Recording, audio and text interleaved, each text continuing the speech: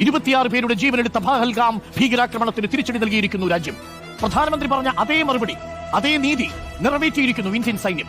കരസേനയുടെ, വ്യോമസേനയുടെ, നാവികസേനയുടെ സംയുക്താഭ്യാസത്തിൽ ഇന്ത്യ 1971 ശേഷം ഇതാദ്യമായി പാകിസ്ഥാന്റെ മണ്ണിൽ കയറി നമ്മളുടെ ഇന്ത്യൻ ജീവനെടുത്ത പാകിസ്ഥാന്റെ തീവ്രവാദത്തിന്റെ വേരറുത്തിരിക്കുന്നു.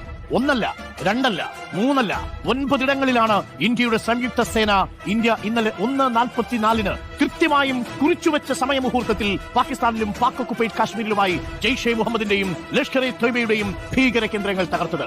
9 കേന്ദ്രങ്ങളാണ് ഇന്ത്യയുടെ സംയുക്ത വ്യോമാഭ്യാസത്തിൽ തകർന്നത്. പേര് ഓപ്പറേഷൻ സിന്ധു.